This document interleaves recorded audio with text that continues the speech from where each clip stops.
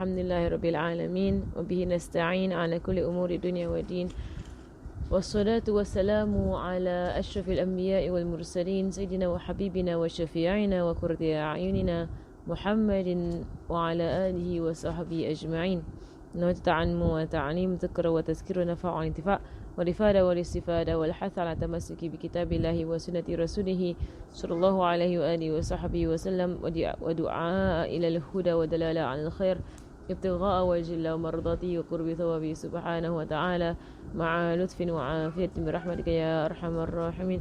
اللهم نسألك العلم لدني والمشرب الصوفي الهني وهب يغني. اللهم نسألك العلم لدني والمشرب الصوفي الهني وهب يغني. اللهم نسألك العلم لدني والمشرب الصوفي الهني وهب يغني. وصلى الله على سيدنا محمد وعلى آله وصحبه وسلم والحمد لله رب العالمين. Amin. Alhamdulillah. Okay, so today we are going on to hasad, right? And last time round we finished so last time round we actually finished up till the end of having long hopes, right? The end of amal, correct? I think I finished it off, right? I read through it, right? And then now we add hasad, right? As I mentioned, he's actually going to the solutions of it, right? So previously he actually just spoke and analyzed about the diseases, and now he's going to the solutions in brief, right? Very quickly in brief. And what summed up for amal, for having long hope or long expectation, basically he ended up the entire thing by saying, you know what, just keep thinking about death. Right? When you keep thinking about death, you will not postpone anything, right? You will not have long hopes that you can do it later on in life, right? Because you know you're gonna die soon, right? That is the one thing that can really kill this disease in your heart, and that is the remembrance of death. So now he says, وَأَمَّا الْحَسَدُ, and as for envy, right, or jealousy, فَهُوَ إِرَادَةُ زَوَالِ نِعَمِ اللَّهِ تَعَالَى عَنْ أَخِيكَ الْمُسْلِمِ مِمَّا لَهُ فِيهِ صِلَاحٌ. Right, so he says here, so as for what is envy, so he defines it. Envy is one thing, the blessing of Allah subhanahu wa ta'ala, the blessings of Allah subhanahu wa ta'ala, to be removed from your brother Muslim, or from your Muslim brother, like of what there is goodness in for him. Right? There is goodness in it for him, and you want it to be removed from him. Right? So that is on that condition. Right? So for example, if someone wants something to be removed from his brother, right, that he sees that there is evil in it for him, or bad things, there is destruction in it on him, that is not called hasad, of course. That is actually called love, right? Because you love the person. So that, for example, if someone sees someone having a lot of wealth, right, and you see that this person's wealth has deluded the person from Allah subhanahu wa ta'ala, and from his from performing his wajibats, from his compulsory prayers and whatever is compulsory on him, right, then it's okay out of love, right, to wish or to dua that this calamity, of wealth be removed from that person, right? Because you see that is destroying the person, and wealth is destroying the person, right? Or you see the calamity of popularity destroying a person, right? So that one is not, of course, it's not called envy lah, right? That one is called that you care for someone and you want it to be removed, right? What is envy is that it was good for that person, something that is good for that person, and you wish that it is removed from that person, right? So like something like someone does, of the ugliest types of envy is envy on ibadah. So you see someone doing more and more ibadah, someone memorizing more and more Quran, someone being a better Muslim, and people can have envy on these kind of things. Right? They have envy that someone is becoming a better Muslim, right? And people are praising this person being more and more righteous, right? And then you wish that the person would just, go astray, or kind of like, this is the worst kind of envy lah. That's the worst kind of envy, which happens, it happens to people, right? Allahu alam. But it's all, envy is very ugly. It's a very ugly disease. You don't like happiness on other people, right? Or like someone having a happy household, right? And they wish that the household would break up. Right, that means you don't want goodness for a person. That is envy, right? Envy from the outside perspective is very ugly, but when the person is in it, it's blinding. Right, that's the problem with envy. From outside, you look at somebody, what's he? He's so jealous. Why must he be so jealous, right? But if someone is in envy, it's a blindness. They can't see it because they are consumed by their own anger and their own hatred towards a person. May Allah protect us from this really dreadful and disastrous disease. Right? فَإِن لَمْ تُرَدْ زَوَالَهَا عَنْهُ وَلَكِنْ تُرِيدُ لِنَفْسِكَ مِثْلَهَا فَهُوَ غِبْطَةٌ. Right? And if a person sees the blessing in someone else, but you don't actually want it to be removed from that person, but you just want it to be for yourself, that is not called envy, that is called ghibtah. Right? Ghibtah in Arabic means, basically there is no English word for it, right? But it just means to want what other people have without them losing it. That's it. And that's fine. That's fine in our religion. See someone else having a good life, having easy life, having good marriage, having even religion, having Quran and whatsoever, that is called a ghibtah. Right? That means that you want what they have without them losing what they have. Right? So you don't have anything against them, but you would like to have what they have. Right? So you see someone going for Hajj, at a young age, you have a ghibtah. That means that I wish I could go for Hajj, that kind of thing. Right? So that is, but you don't wish that they will stop from going from Hajj, going to Hajj. That kind of thing is perfectly fine. فهو غبطة. وعلى هذا يحمل قوله صلى الله عليه وسلم لا حسد إلا في اثنين. Right? الخبر. Right, so and it's on this meaning of ghibtah that the hadith comes. There is no jealousy except in two, right? And this hadith goes in two, meaning the one with wealth and he spends in Allah's way, and the one who has Quran and he teaches the people, right? So the meaning of hasad here actually means ghibtah. It carries the meaning of ghibtah and not hasad. Not hasad per se, but it actually carries the meaning of that you see what they have and you like what they have, and you wish for yourself without them losing what they have. So it means that he said, أي لا غبطة إلا في ذلك, فعبر عن الغبطة بالحسد اتساعا في ذلك لمقاربتهما. Right, so and he doesn't use the word hasad and al-ghibtah for this hadith, and there is no jealousy except for two, right? The one who has wealth and is present with Allah subhanahu wa ta'ala, and the one who has knowledge and he teaches the people. Right? It goes to Allah subhanahu wa ta'ala, right?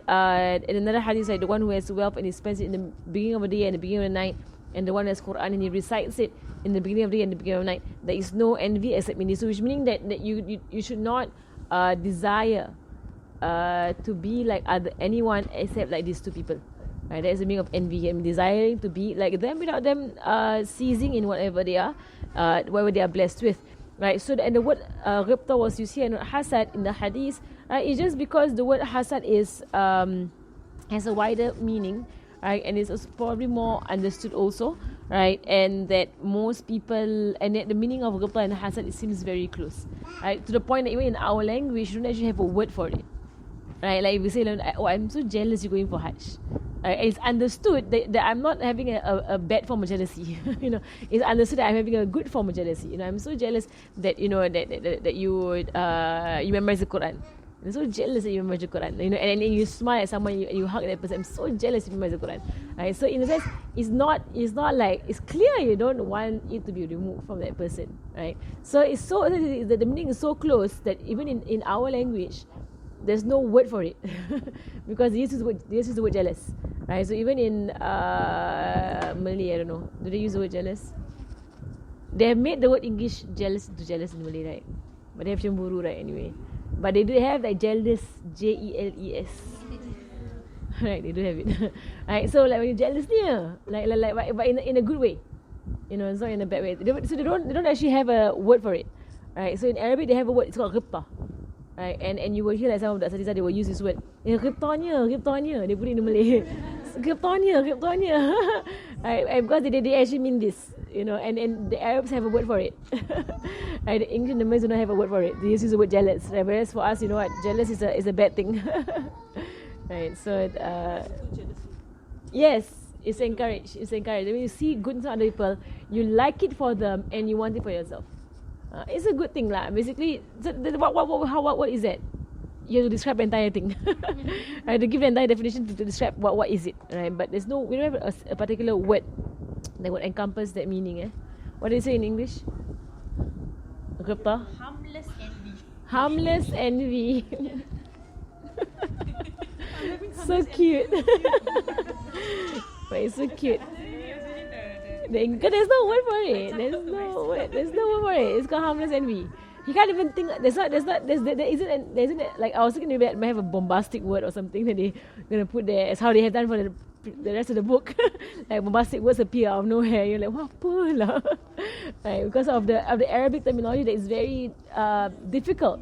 Right, so the English comes up with some sort of that, right, but then they don't even have a difficult word for it. There's no word for it, right? Because of how close it is in meaning to the word envy. Right. فَإِن لَمْ يَكُنْ لَهُ فِيهَا صَلَاحٌ فَأَرَدْتَ زَوَالَهَا عَنْهُ فَذَلِكَ غَيْرَةٌ فهذا هو الفرق بين هذه الخصال. Right. There is, and if there is no goodness in it, فإن لم يكن فيها صلاح, there's no goodness or there's no rectification for him in it, right, and you want it to be removed from it, they say فذلك غيرة. Right, what did they say in English? غيرة. Solicitude. فذلك غيرة. غيرة is like, you know, it's more of like, okay, غيرة is more of being protective over the person. And like I know in Malay you have the word غيرة.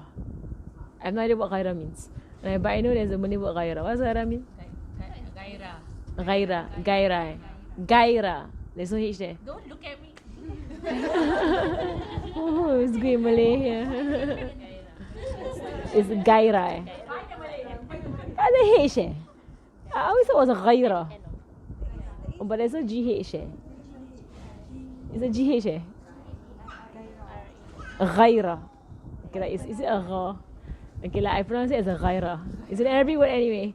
Like غيرة and غيرة, they're both correct. غيرة and غيرة. What does it mean in Malay? Excited. Oh, okay, that's so off. That's not me what the Arabic word means. In Arabic, when I say غيرة, you know, I have غيرة for you, it's more of like a husband when he sees his wife talking to another man. He doesn't like it. That's غيرة. Right? It's a jealousy, right? But it's a possessive jealousy that is good. Penuh Berminat eh? Intense, passionate, strong desire. Oh, Masya Allah. Possessiveness. But it's not intense, passionate, strong desires. Possessiveness. Right? غيرة. Right? So Hati atau nafsu berahi yang kuat. Alah. Okay, so I think I always thought it was the same meaning. That's why Malay always fail, right? Can't thought the same meaning. It's not the same meaning. But ghaira is that. That is a ghaira. Right? So that means like also like for example, if like say for example your child gets a lot of attention from people, right? You want to cover up your child, you know, or you want to not put pictures on social media, or you want to not make them wear pretty things. You know, it's a form of ghaira. It's a ghaira. You're so protective. You don't like that people are commenting. You don't like it. This is a type of hasad. It is. It's a type of harmless hasad. It is a good form. It's a good form. It's an encouraged form. It's an encouraged form, right? So you see that there is no goodness in what they are having, right? So you are protective over them, right? So in a sense, like you see for the husband situation, it is a form of jealousy, right? That you see a man talking to your wife, you don't like it. It is a form of jealousy, but it is a necessary jealousy. It's a necessary jealousy, and in fact, there is a name, if I'm not wrong, it's Sindiq, right? Or there's another name of a man who rida with other men getting close to his wife. And that kind of men are those who, if I'm not wrong in the hadith, they will not smell paradise. If I'm not wrong, there is a hadith. I'll check the hadith again. What is the wording of the hadith? But the man who is fully pleased, have no issues, Why isn't there a problem to this? that his wife is close, you know, emotionally close to another man. Isn't that weird to be emotionally close to another man you're married? Can? I mean, do you think that you have like for example, you're married, and you have a best friend guy? No lah, brother is a mahram lah. like you know, like someone like for example, if someone has a guy best friend from school, which is not supposed to have to, but never mind, some people have it, right? And then they marry someone else, right? And they maintain the closeness. Isn't it just wrong? Okay, but cousin still, isn't for cousin still there is ghairah. That there should be a ghairah from the husband's side. And that he should feel not okay. For example, like if you're married to somebody and you confide in another guy, isn't that just just wrong? Even if he's your cousin, you know, it's a he. Like if you want to confide, go and find a woman lah. Go and confide in a woman. Don't have to. So in a sense, like it is actually a fault on a man to be okay with his wife. I'll go and find the hadith. So there is a hadith and there's a name for it. Them name the person. This kind, and then they said, when they asked him, what does that mean? And then he said to them, that means a man who likes other men to look at his wife, right? Or to be close to his wife. Or they like it. They like to parade their wife. In a way. You know, they like to just like they'll say, you know, dress up a bit more. You know, my friends are coming over. Right? Because they like to show everybody I have a pretty wife. To other men, you know, it's like and then there's a term for it. It's something like in the English terminology, it would be like a pimp in a way, because you are, in a sense, you are pushing your wife off to other men, right?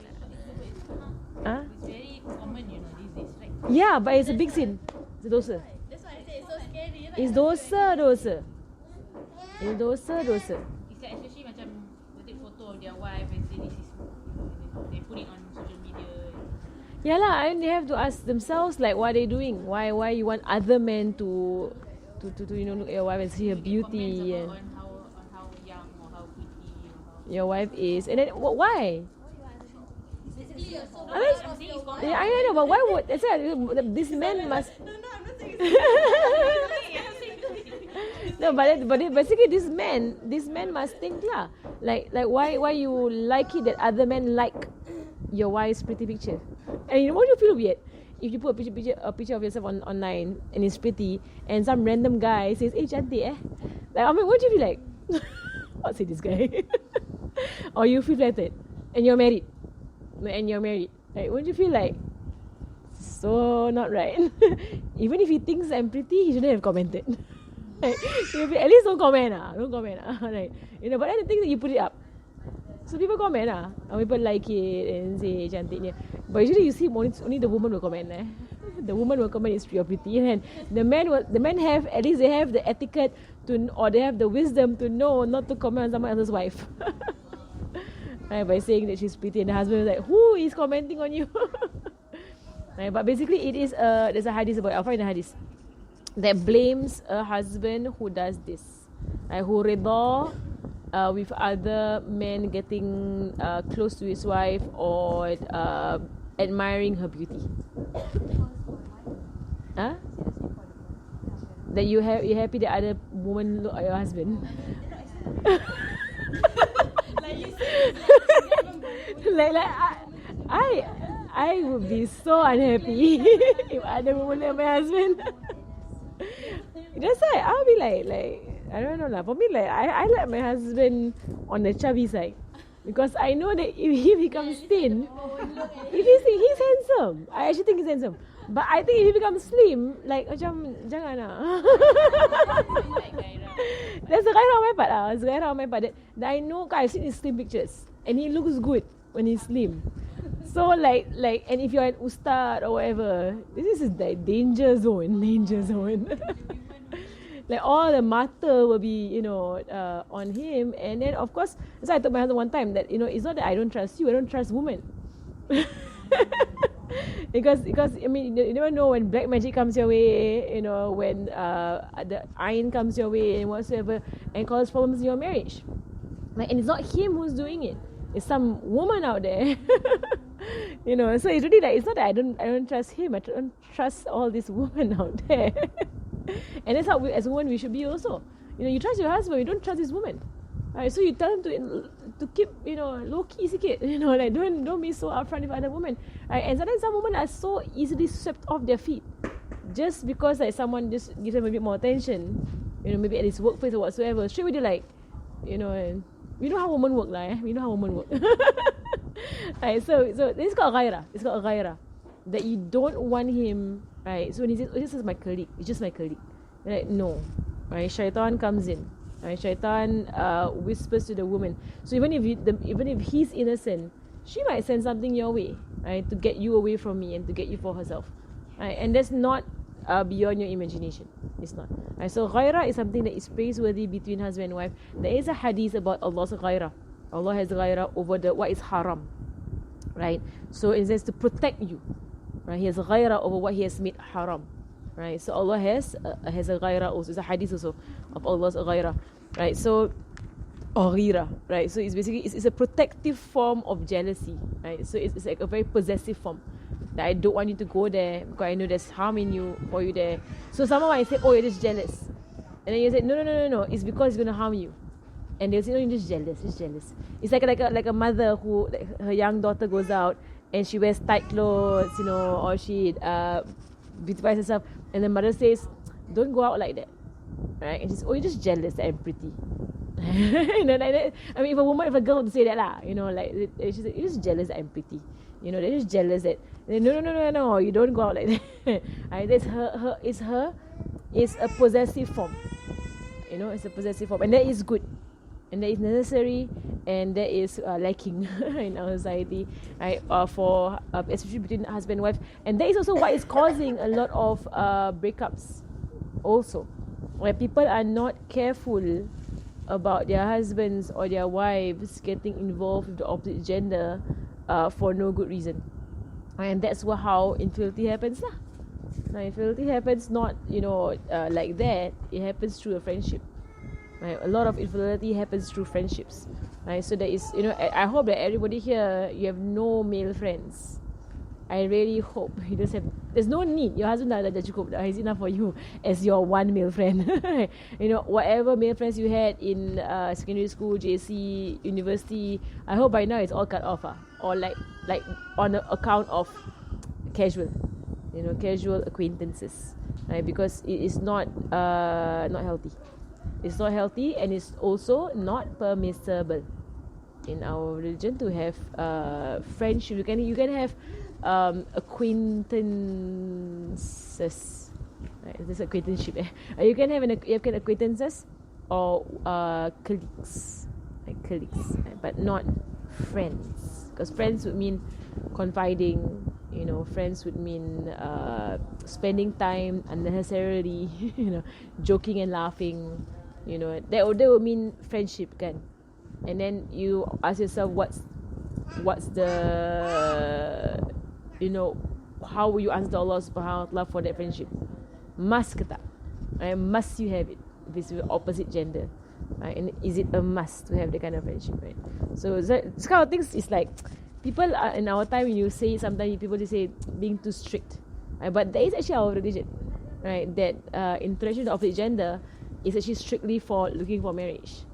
And if you found marriage, then you looking for what? Unless you're a man looking for a second marriage lah. Then that's a different thing, right? But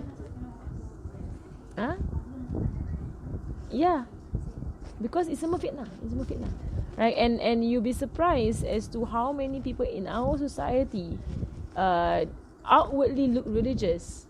They actually have infidelity issues, and not infidelity in a way whereby they actually go out there and they have an affair, right? But they get emotionally attached. Even that is a form of infidelity, right? Even that is a form of cheating, to have an emotional fondness or attachment to someone of the other gender that is not your husband. Even that is a form of infidelity, right? Towards your spouse. May Allah protect us lah from these kind of things. So that is a ghairah. That is a ghairah. And that's why in our religion is so beautiful that it encourages it. So what we see Sayyidina Aisha, what she had was a lot of ghairah. So you won't say she has hasad. It's not hasad, it's ghairah. She has a lot of ghairah, Sayyidina Aisha. Sayyidina Salama, when someone proposed to her, her exact words was that, I am a woman who has ghairah. So she didn't say, I am a woman who has hasad. I am a woman who has ghairah, and you have wives. It's going to be a problem with us, right? So some made dua that Allah remove her ghairah, and she was the one wife who never had issues with other wives of Rasulullah sallallahu alaihi wasallam, right? So you see, but Sayyidina Aisha, so you won't say, oh, Sayyidina Aisha ada hasad. You know, even though in English, in Malay, they will say jealousy. You know, she was jealous of the other wives. But in the Arabic, they use the word ghira. You know, she had ghira of Rasulullah sallallahu alaihi wasallam. You have a question? Is there a difference with overprotectiveness? Because in the English sense Okay. of the word, overprotectiveness has a bad Negative connotation, yes. So that means that to the point of obsession, right? Obsession. So like, I know of certain people. It's true, no. Our fathers were so overprotective; they won't even let their kids learn to cycle. That kind of overprotective. You cannot even cycle. You cannot go near any water. You cannot learn to swim. You cannot, you know, like they're so overprotective. You cannot do anything that can possibly cause you any form of harm in any way. That one is unhealthy lah. That one is unhealthy, right? That one is not living in this world, right? So like for a husband, for example, being so overly protective of his wife, how would you say? To the extent that maybe even when he like doesn't even allow her to, what will he do? Like to go. Basically, don't let her out of the house. I think that's Yeah, even to a margin where it's all girls. Ah. Go along the way. Then send her lah. Shouldn't be so protective. And get a car and go and send her, or walk her there. My husband does. My husband is like that. My husband, I have money and I want to deposit in the ATM down the road. He will chauffeur me. He will not let me walk there with the money in my bag and nobody knows I have money in my bag. He will chauffeur me and he will hang around the ATM and he will MashaAllah, my husband. But I'm like, my whole life I've deposit money, okay? Then after I marry him and I go and deposit money, go chauffeur. But okay, that one is a form of protective. It's okay. It's not to me. It's not stifling lah. It's not suffocating me in any way doing that. Like, going to you giving the Prophet's wife as example. So you think that even among like wives, yakni like one man have 3 or 4 wives. I think now it's 3, right? Among men it's 3. So if among these 3 wives, they also can have ghira. ghira among each other. Yes. As long as it doesn't go. Into hasad. Because I feel like that can be I wouldn't say. I mean, it's sort of a fine line. Yeah, but ghira in a sense, like to show that the religion addresses that it's natural. Like any them from yeah, and you don't wish that they break apart, you know, or you wish that he divorces her, right? Or like, you don't wish this kind of things lah. Right? But a woman who has like a madu, right, second wife, her husband married second wife, it's natural, right, for her to be jealous that he likes her more than me. I mean, it's natural lah, but in a sense, she leaves it at that point. It doesn't really go and try to destroy the other wife in some way or destroy their marriage. But in a sense, tak suka lah. Doesn't like it lah. But it's natural. So basically, the religion identifies and recognizes that what you're feeling is perfectly natural as a woman, and it's even encouraged in some aspects, especially when it comes to someone he's not married to, right? But in a sense, it's not a disease lah. It's not a disease. It's a natural state of being. MashaAllah. So okay, the overprotective question, for example, if let's say a husband, I can't think of an idea. You know, maybe like you can't even talk to your brother. You're overprotective. Like even your brother cannot. You know, like like can't even go out downstairs to the shop. You know, cannot. You know, must stay in the house. You know, if he has like that, then go and buy your own things lah. Right. Actually, for me, I have no issue. If my husband says to me, stay home and don't go out, I'm more than happy. I don't want to go anywhere. I stay home. Right, but I know there are women who will find it suffocating. Right, that you're forcing me to stay at home. Right. I don't know. Society, yeah. Because like for me, if I'm made to stay home the whole time, I'm really like okay not that upset about it. So I can't even comment because I don't even know why are they upset. Okay, who here will be upset if you have to say stay at home the whole day? You boleh happy. No, but I know housewives who just they don't want to stay home. Like for them to stay home the whole day, they're like, It's torture. I want to go out. Limas lah. Limas, yeah. I want to go out. Okay lah, that is, of course it's on him to have mercy and bring her out lah. Okay, if he's like, you know what, you go out, everybody's staring at you, he's some sort of paranoia that he has. Like, so you're so beautiful that I can see every man staring at you. So he puts on her niqab, which I have no argument with also. So now I don't even know what is this extreme thing that he does. I mean, because he has a right. If he feels his wife is beautiful, he has a right to say to her, cover up, cover your face. I feel men are looking at you, right? And he has a right to do that in the religion. He's right if he wants to. You know, and no one can contend that it's his right. Right, to do. Now it's opposite. Women want to wear the niqab. No, don't. You look weird. You make people stare at us. Right, but I mean, but so I can't even think. Give me an example. You ask me the question. Give me an example. Most of the time is like Stay at home. Go out. To go out. Then the woman needs to ask herself, why you want to go out so much? If you feel macam you are going crazy, staying indoors the entire day, right, or maybe a whole week without going out at all, right, then tell him lah, then bring me out, right, on your conditions. Right, if you want go us to be in the car, can be in the car, can rent a car. If you want me to cover up, I'll cover up. Right, if you want me to, what do you want? You know, I won't put on makeup. What do you want? You know, so I'm sure he has his like mercy lah, you know, on her. But it's, again, that's why when it comes to marriage, it's a lot of mercy, rahmah, give and take. Right, there is so again, like for him to be that, basically what if he because he needs to understand that if he continues doing that, all he's going to do is breed resentment in her against him. And that's all going to happen, and it's going to cause the marriage to be worse, right? And then instead of having his wife to himself, right, his wife has already cut, blocked herself from him emotionally because he's just mean. He's not nice to her, right? So, but that one is other issues lah. Okay.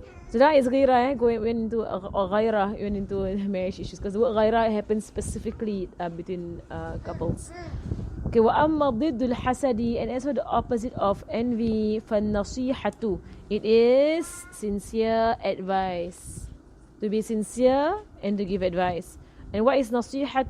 وهي إرادة بقاء نعمة الله تعالى على أخيه المسلم مما له فيه صلاح. Right, and what is sincerity? Sincerity. So the word nasiha, I'm going to translate it to be a sincerity. And so sincerity here is to want the favors of Allah subhanahu wa ta'ala to stay on your brother Muslim of what benefits him. That is the opposite of hasad, to have sincerity for a person and to advise them, right? So that they are able to maintain the ni'mah that is on them.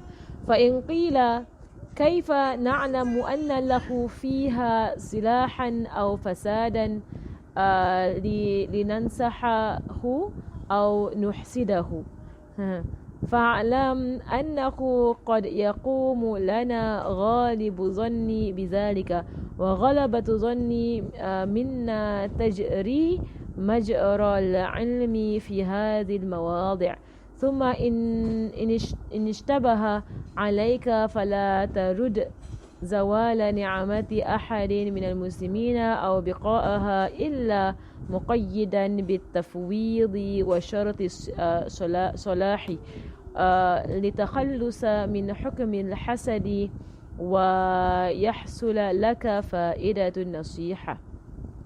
Right, so it says here, right, so if someone says, what if you don't know if the thing that he has is good for him or bad for him?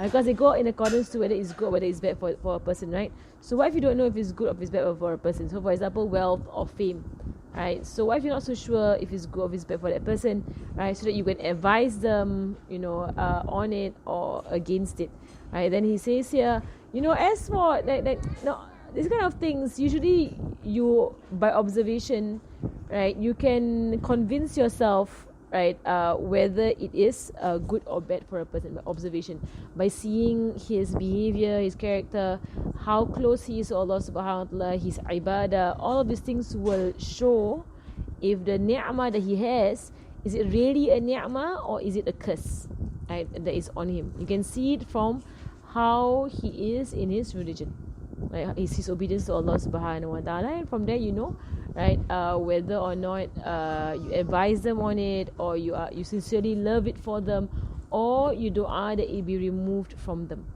Right? So if you can see that what they're having, for example, of money or popularity, right, or beauty, even beauty, and you see that it is destroying them, so to dua that it be removed from them, because you can see that this particular so-called ni'mah is actually a niqmah, right? Niqmah meaning it's a calamity, right, on them. Then you are to make dua that it be removed from them, right? Because it's causing them to be less and less righteous, right? As Muslims, if you can see that lah, they're getting uglier and uglier in their character, right? So and as believers, we should make dua, right, that this curse is actually a curse. It's not a ni'mah. This curse be removed from them, or ask Allah subhanahu to save them, right, from the tribulations of beauty or popularity or money or dunya or whatsoever that they are being tried with. Right. So and he says that, but if it's not clear to you, if it's still not clear to you, is this thing good for them or not good for them? Right, so you see this so-called blessing on them, and you're like not so sure it's good or not good on them. Then he says, in this case, you know what? Don't want that it be removed from them. If you're not so sure, I don't want that be removed on them, right, from any Muslims, but rather make dua that it stays on them with the condition that it will rectify them. That means your dua is, Ya Allah, if this is good for them, let them have more of it and make them better people, right? Better Muslims. It means rectify them, right? And this, because in doing so, this will save you from falling under the disease of envy. That if you do dua that it be removed, it could come from envy. That dua. If you dua that, Ya Allah, remove this thing from that person, but it's not clear that it's actually harming her.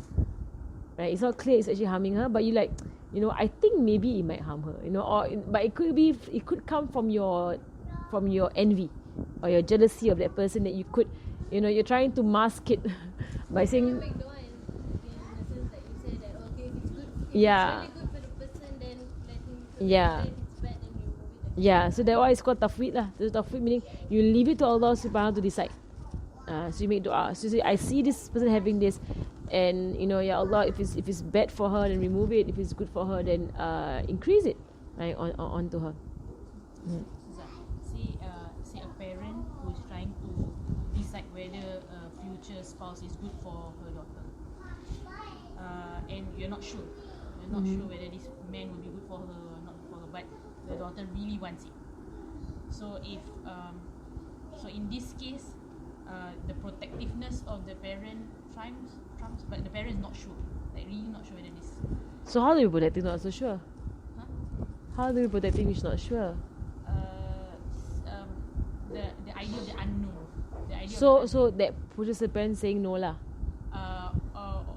Or disinclined to say yes, or like not sure, because not sure. So in this case, is it like should we just go by?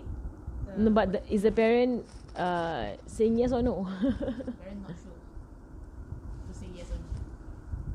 Then the protectiveness is what? The girl is saying yes. The girl really Yeah, but the protectiveness is what? the unknown, the idea of the So she's saying no lah. yes, okay, she's saying no, or she's inclined to say no. Sounds like more she's uncertain. She's uncertain. Yeah, she's uncertain. Yeah, She's not but sure. She don't know whether to say yes, but because she see her daughter really wants it, then I think your question is, should she just say yes and tawakkal ya Allah that this benefit yes. is good for the child? Because she's not or- sure whether it's going to be good or bad. or she should just say no because she's not sure that it's good or bad. Yeah, which one is it? Yeah, which one? Kan istihara. Oh, suspicion falls on and I mean, it's called tafwid. Tafwid means that Allah decide. Istihara. Istihara, and after istihara, whatever happens is the best. Even if you don't get a dream or an indication or whatsoever, the moment you istihara on a matter, right, the moment istihara on a matter, if the answer comes clearly in a dream or an indication, like, or a door closed on you, right, then you are to take the answer. Right? And if you go against the answer, then bad things will happen. This is well known for istihara. But if istihara and there was nothing clear, nothing happened after you istihara, nothing happened, then just know that the path you're on, right, is the correct one. That is or whatever that is facilitated is the correct one. That is what Allah subhanahu wa ta'ala wants for you, right? Or He will close doors. He will just close doors, right? So the person will, maybe the guy would have disinterest and go away, you know. So Allah will close doors like that. Istihara, that's called tafweed. So the word to hear tafweed, if you have Arabic, tafweed meaning to entrust the matter to Allah subhanahu wa ta'ala, let Him handle, right? So you don't decide if it's good or if it's bad, right? Tawakkul is you rely on Allah subhanahu wa ta'ala. Tafweed is you entrust to Allah subhanahu wa ta'ala. What's the difference? When you rely on Allah subhanahu wa ta'ala, when you rely on Allah subhanahu wa ta'ala, it's like so for example, you take the means, you take the asbab, right? And then you rely on Him to give you the rizki. That's called rely, right? And trusting a matter is like, you don't know right or wrong, right? Then you say, you know what, I'm going to entrust, I'm going to just do what the Sharia says, and I'm going to entrust the result to Allah subhanahu wa ta'ala. It's different. There's that difference on it. Like one is reliance and one is entrusting. When I entrust something to you, I put it in your care and I'm sure you're going to handle it. Okay? When I rely on you, right, that means I need something from you and I know you will not turn me down. I mean, I know you will not disappoint me. Is that clear? Yes, reliance. So that's why it says tawakkul is basically tayo camel and tawakal. It's not tafweed. It's not entrusting. It's tying your camel and then you rely on Allah subhanahu wa ta'ala. Yes.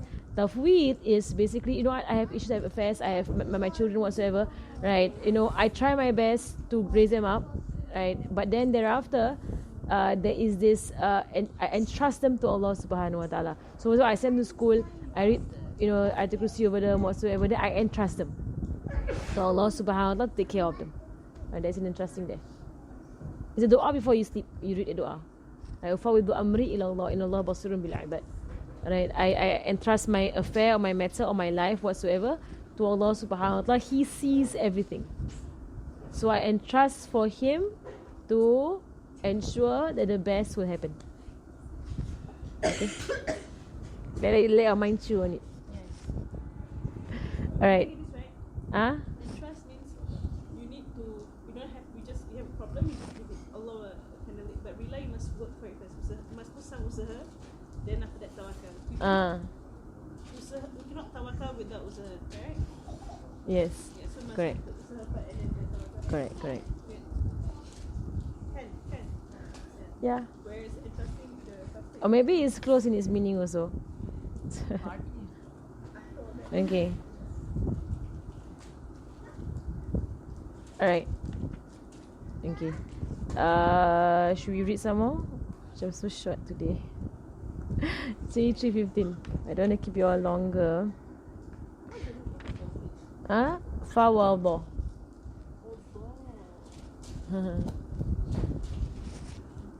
Okay, I don't want to keep you all longer. I don't think I can finish the chapter also, because actually can a bit more ni. I'll finish it off lah, because وَأَمَّا الْعَجَلَةُ, that one is different already. Okay, so وَأَمَّا حُسْنُ النَّصِيحَةِ الْمَانِعُ من الحسد فهو ذكر ما أوجبه الله تعالى من موالاة المسلمين وحسن هذا الحسن ذكر ما عظم الله تعالى من حق المؤمن ورفع من قدره وما له عند الله تعالى من الكرامات العظيمة في العقبة وما لك فيه من الفوائد الجليلة في الدنيا من التعاون والتظاهر والجماعات ثم ما ترجو من شفاعته في الآخرة فهذه نحوها مما يبعث على النصح لكل مسلم ويجنبك أن تحسده في نعمة أعطاه الله تعالى إياها والله سبحانه وتعالى ولي التوفيق بفضله. Alright, the last one, let's read it out. Let's read it out, last part. As for the fortress of well-wishing, which provides protection Oh, he puts nasihat as well-wishing Okay, sincerity lah, nasihat, sincerity or advice. which provides protection from envy, it is remembrance of the duty to befriend the Muslim, which Allah has strictly imposed. The stronghold of this fortress is remembrance of the worth of the true believer, Of the rights of the true believer. whom Allah subhanahu wa ta'ala has magnified and exalted, and of the splendid favors of Allah has in store for him in the hereafter, as well as the splendid benefits he offer you in this world, such as mutual help and assistance, and company in congregational gatherings, especially the Friday prayers. You should also remember that you can hope for his intercession hereafter. Read it, finish off. These considerations and others of the kind should encourage you to wish the best for every Muslim and deter you from envying him for any blessings bestowed on him by Allah subhanahu wa ta'ala. Allah, glory be to him, is the custodian of enablement through his gracious favor. Tamam. Billahi tawfiq. So basically, the answer of keeping to this sincerity to another Muslim, right, is that he says here, understand that Allah has made compulsory for Muslims to be brothers unto each other. It is haram, completely haram for someone to harbor negative feelings towards another Muslim.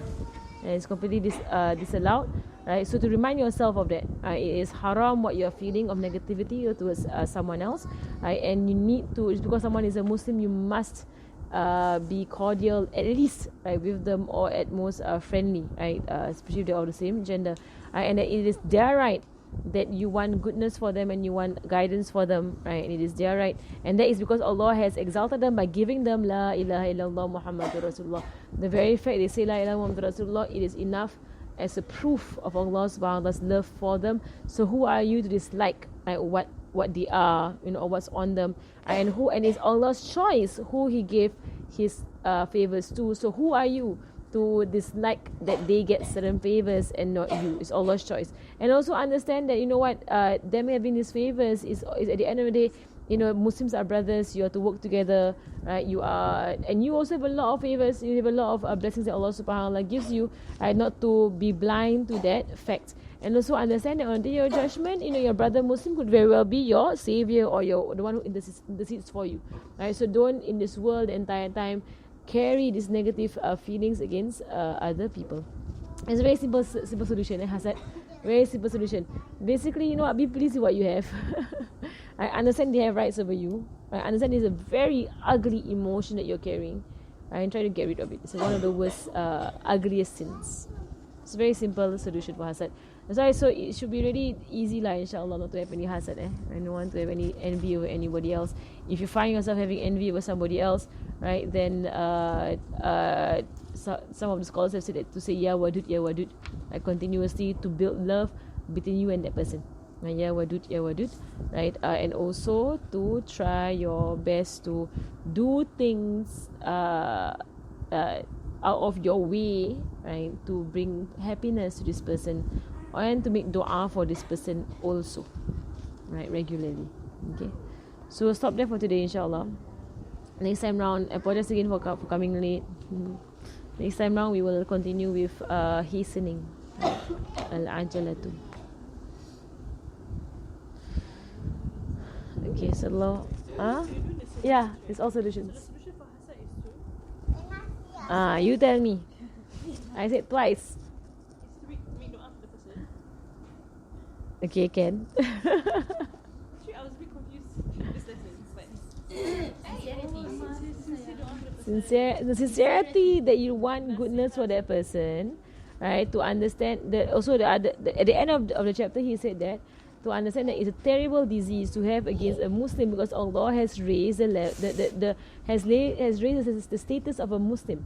Muslims are brothers, and Allah has made it compulsory for Muslims to take each other as brothers. So for you to hate someone else is to go directly against the command of Allah subhanahu wa ta'ala and what Allah has exalted on another person and his rights. It is right for you not to want him to be ruined. It is right over you. Right? So if someone who understands that, they understand that this entire feeling of envy that they have, it has no place in his Islam whatsoever. No place.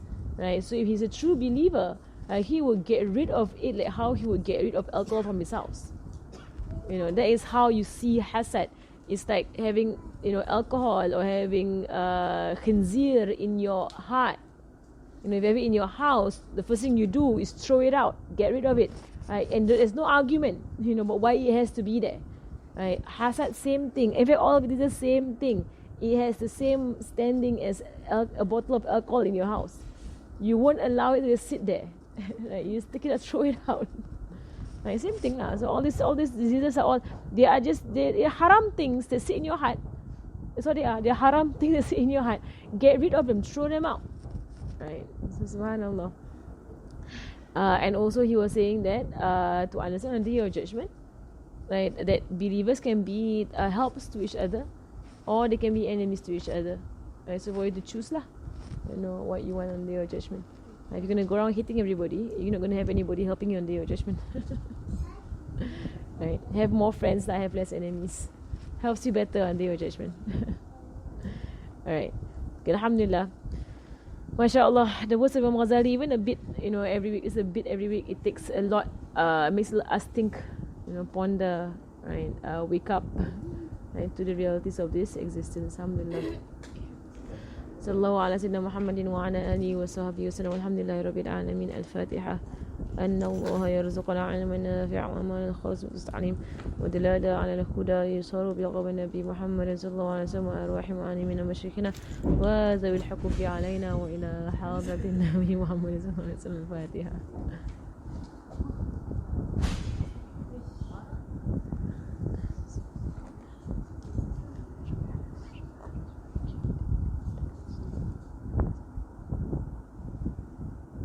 They hacked the walls. We've been hearing them. They hacked. Yeah, I don't know how much bigger you want to make this house. What walls do you actually break? Really?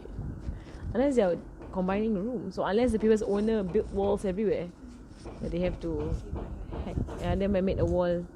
Allah. Subhanakallah. Just. سبحانك اللهم وبحمدك أشهد أن لا إله إلا أنت أستغفرك وأتوب إليك. بسم الله الرحمن الرحيم. والعصر إن الإنسان لفي خسر إلا الذين آمنوا وعملوا الصالحات وتواصوا بالحق وتواصوا بالصبر. سبحانك اللهم وبحمدك. السلام عليكم ورحمة الله وبركاته.